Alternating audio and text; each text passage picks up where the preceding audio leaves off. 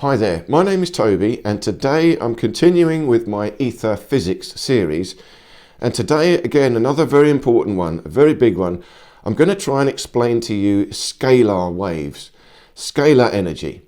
And this is a lot of people talking about it now and a lot of good explanations, but it's still too mysterious. I'm going to try and explain this in such a simple way that you'll all understand it. But the reason we can't understand this is we still do not have, we still can't grasp metaphysics. Metaphysics. You see, it's such a difficult concept. We're not used to it. We're all trapped in a materialistic mindset. We just can't see past materialism. We can't understand it. You see, this material world is space and time. There's only two things. There's physics and metaphysics. And again, there's not all these multi-dimensions. This is all nonsense. Quantum mechanics have made this up. This is mathematical constructs. All these multi-dimensions move into another dimension. No, none of that. None of that. There's only two things, physics and metaphysics. Physics is dimensionality, space and time. Metaphysics is non-dimensionality. There is no space and time. Do you see? It's something totally different. There's no space, no time. It exists outside space and time. It's abstract. It is consciousness itself. You've got to ask yourself, does consciousness have any space and time? No, it doesn't. It's like saying a feeling, I feel love. I feel love. Yeah, but what is love? What is love? Has love got any space and time? Can I say, here's some love? No, you can't. All you can say is, who is feeling some love? And it's subjective. They have to tell you. It's metaphysics. It exists in consciousness outside space and time. Nothing to do with space and time. Now, love is a potential. But when you experience love and express love, that comes into reality. Now, love itself is metaphysics. But when you express love, do something because of love, that is physics. It's very important to try and get this. It's very important to try and get this, you see, because it boils down, it's so simple. The universe boils down to two things, physics and metaphysics. Metaphysics is the ether. Physics is electromagnetism. Now, let's look at this another way. Okay, let's start trying to explain scalar waves now. So, the way we can look at scalar. Okay, let's say, first of all, scalar, what it means, again, it's a mathematical term. It just means a fixed quantity, a fixed number. So, if you have a scalar field, it's like if I measure the temperature in this room, it's quite cold, but every position in this room will have a different temperature, a different number. So that is a scalar. That's a scalar field. Every point in this space has got a different number, a fixed amount of heat. Now then you have another field which is called a vector field. That's the one we most talk about. A vector field means it's moving as well.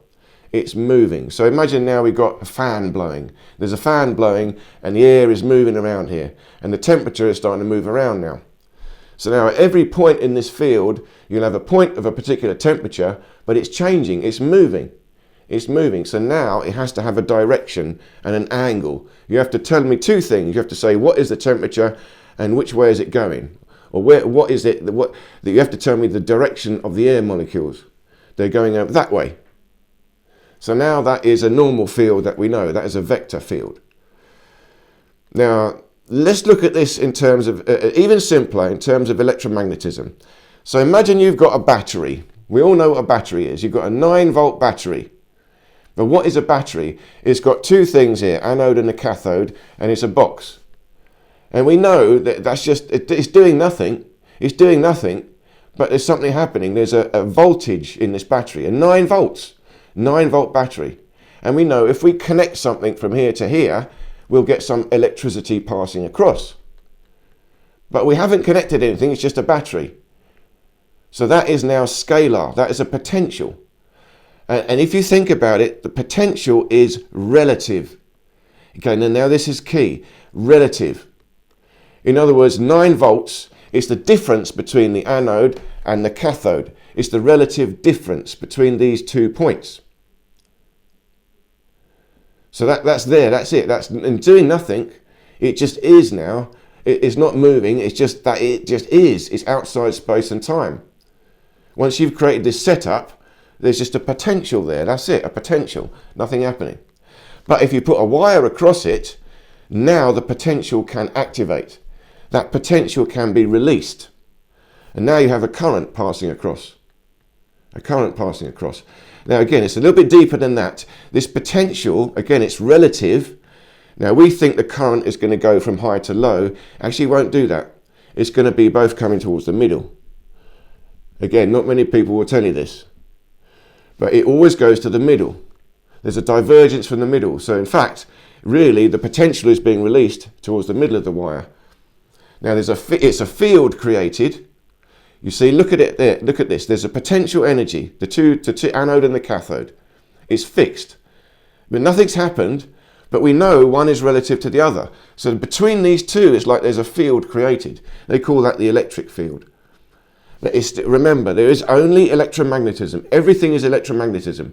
And there's 2 components to this, dielectricity and magnetism. Dielectricity, that's scalar. Magnetism, that is transverse. That is the waves we know. That's light. But we'll come to that. So you've got the battery, but it's just fixed. Nothing is happening. But it is there. Only when something happens, these 2 points are connected, will that potential energy release.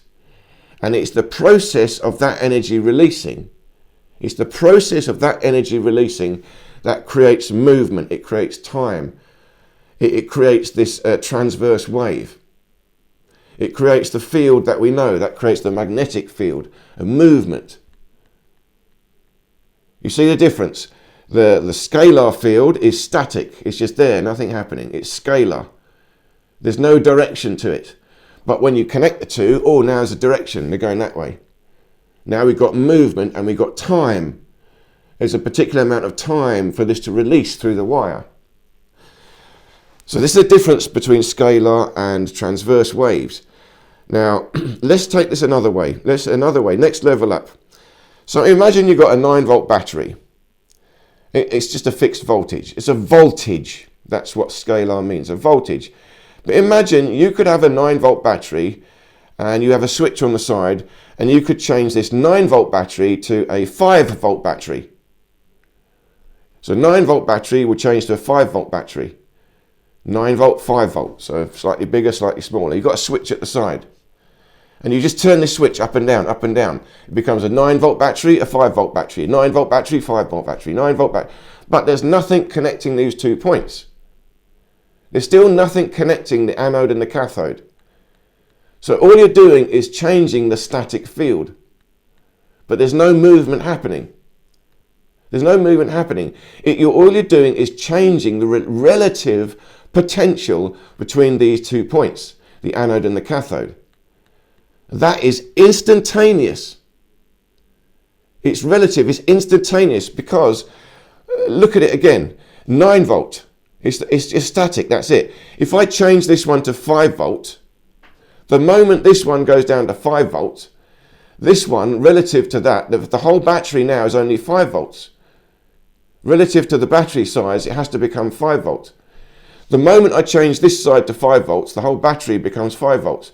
Both sides become 5 volts. Do you see that the anode and the cathode are a distance apart in the creation of a battery? But if you could change that to a 5-volt battery, they would both change instantaneously. The voltage potential across these 2 points would change instantaneously because nothing is moving, nothing is happening. It's only when you put a wire across that you have a current. Now, a current is time, movement. That is the release of the potential. There's 2 things. There's the potential, that is dielectricity. And then there's the release of that potential, that is magnetism. Now we've got electromagnetism. When you change the potential, that is a scalar frequency. So it just instantly happens. But also the effect of changing a voltage will create a frequency. There's always an after effect. So that's where magnetism comes in. Let me give you another analogy. Gravity. So if I lift this rock from here to here, I've changed its potential energy. And it's only, how has it got any energy? It's energy relative to the table. So if I hold it here, it's got a different relative energy because it's got to fall to there. If I hold it here, it's got a different relative energy. So if I do this with the rock, what am I doing? I'm changing the relative potential energy to the table. Do you see? But it's instantaneous. The moment the rock is here, it's got potential relative to the table. The instant the rock moves here, the very instant it arrives, the potential with the table has changed. It's not like, oh, I move the rock up, now it gets here, now I've got to wait for the table to catch up. Oh, now the table registers it. There's no time delay. It's instantaneous. It's a frequency in the potential. That is a scalar frequency, a scalar wave. Instantaneous. I move it there, instantly. How does the table know? Like it's here, I move it to here. But the very moment it reaches here, the table knows it. How does the table know? It's not like, I'll get it there, now we've got to wait. Wait for the table to get the information. Now don't get confused, it's taking me time to move it. Now as I move it, that is a vector field. That is space and time. That's me moving it. But at every point of movement along this flow, the potential to the table is changing and it is instantaneous. That's the difference between scalar and vector energy. That's what Tesla was working on. I'll give you another example, okay? You've got, again, this explains ether in all different ways. I've got a rock, I throw it in the pond. And when you throw a rock in the water, imagine this is the water, I throw the rock in the water will go down for the rock. Goes down, doesn't it? The rock goes in. Now, imagine this here is the edge of the pond. The water is a still pond, right? It's a still pond. And at the edge of the pond and the middle of the pond are at the same potential, gravitational wise.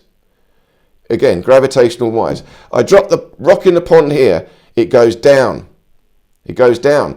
So for a moment, the water goes down where the rock drops in, and relative to the edge of the pond, it has gone down. That is instantaneous. The relative gravitational potential of the water in the middle, when the rock hits it, compared to the edge of the pond, is now a difference. That is instantaneous. Nothing has happened. But, of course, what happens, the rock goes in, the water moves down, it moves up again. It moves down, it moves up again. Creates a disturbance. Now, that disturbance takes time to move along the pond, to the edge of the pond and hit the shore. And then at the shore, you'll see the wave. The wave hits you. That takes time and space. Relative potential is instantaneous. The rock hits in, it's instant. But that is abstract. It's relativity. That's the real relativity. That is in the ether. The ether is geometry. Think about it. That is geometry. This is a balance, a straight line. I drop the stone in the pond, it goes down. That's a movement. Now there's a relative difference in geometry from here to here. A geometry has been created, instantaneous. That is the ether. Now, this creates a disturbance that moves, that takes time and space, but that is still an effect of the geometry, the potential, the ether, which is metaphysics. Metaphysics. Now, there's a video I'm going to leave links below by Tom Montauk. I only just discovered him. One video. He's very, very good, very good. He talks about scalar waves and he's got some of the science. He put some of the mathematics in this little video. So if you're more of a scientist, you can look at that. Very good. But he still doesn't understand metaphysics and he still talks about time travel. No time travel. Again, I've explained that before. But it's still, he talks about something called the scalar superpotential. And he's got the best explanation for why modern science has actively suppressed this. So I'm trying to say it on this channel all the time. Modern science has actively held this science back. But how have they done it? They've created a sort of religion, a belief structure. He's pointing out the mathematics in that video where they did it as well. He's pointing it out. They have discovered this, but they've just chosen to ignore it. And so that he points out the actual, you can pinpoint the mathematics where they've got rid of the ether. Again, he's not even talking about ether. He's talking about it as the scalar superpotential. But that is just the ether. It's just the ether, the scalar superpotential. You could call it that if you want. But now, if you understand it, how do you create a scalar wave? Well, you take a 9-volt battery and you change it into a 5-volt battery. And then you keep changing that, 9-volt, 5-volt, 9-volt, 5-volt, 9-volt, 5-volt. But no, you're not doing anything else. There's no wires connecting to anything. But what is interesting, you're creating a relative disturbance. You see, imagine I had a battery here, anode and the cathode. And the anode, I can change the voltage, but I can stretch these apart. It's still sort of one big battery, but I've got the switch on one side. So I use the switch on one side, but relative to the other side, it's always instantaneous because it's to do with the relative potential difference. So scalar waves are instantaneous across a distance because all it is the relative potential that is changing. We're not waiting for the current. We're not waiting for the wave. The wave comes afterwards. The potential frequency change is the thing that creates the wave, but the wave comes afterwards. It's a disturbance. When you're creating this scalar wave, you're creating a fundamental disturbance out of the ether. Now again, Tesla called this impulse electricity, and it was very safe. Again, because you're not releasing the energy, it's not going through a current. And they know this in electricity, the voltage is not as dangerous as the ampage. If you have, 20,000 volts, but, very tiny little ampage current, it's not so dangerous. But you could have 12 volts, but 10 amps, 20 amps. Now that's the thing that will finish you off. It's the process of the movement. It's when it becomes magnetism. Again, let me describe it once more. Scalar waves are the pure potential. It's metaphysics. A vibration in geometry itself.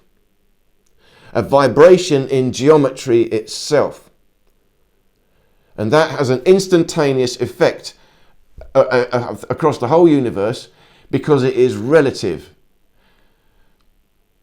Now, and then you've got magnetism, which is the after effect of this. That is where space and time is created. A movement happens. That is a current. Again, one more time.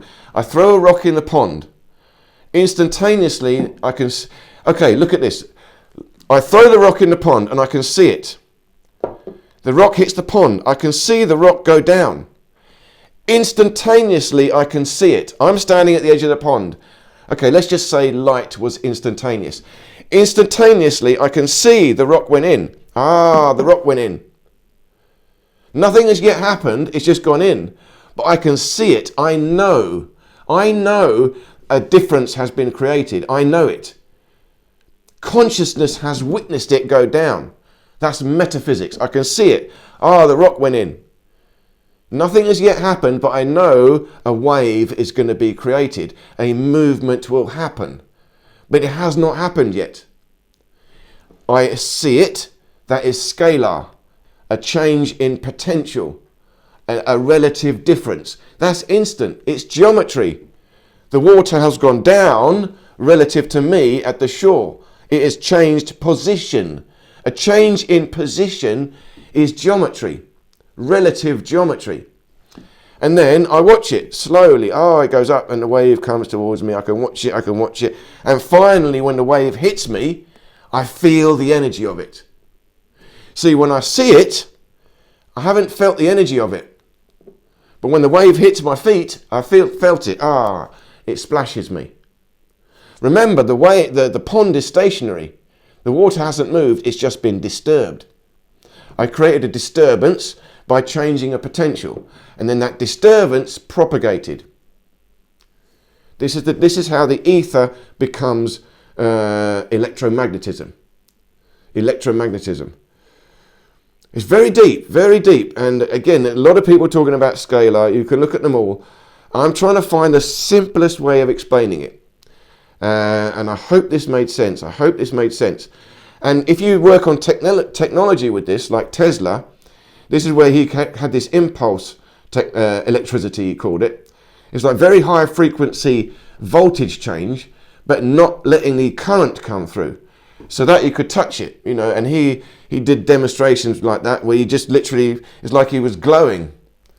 Again, there's accounts of this. Neon tube, a neon light bulb works like that, so his whole body lit up like a neon bulb, because you can have a lot of high frequency changes, and these can be even beneficial. They could be healing, and they're not harmful. It's the current, when those vibrations have given away, are given a method to release. Remember, it's the battery, the anode and the cathode.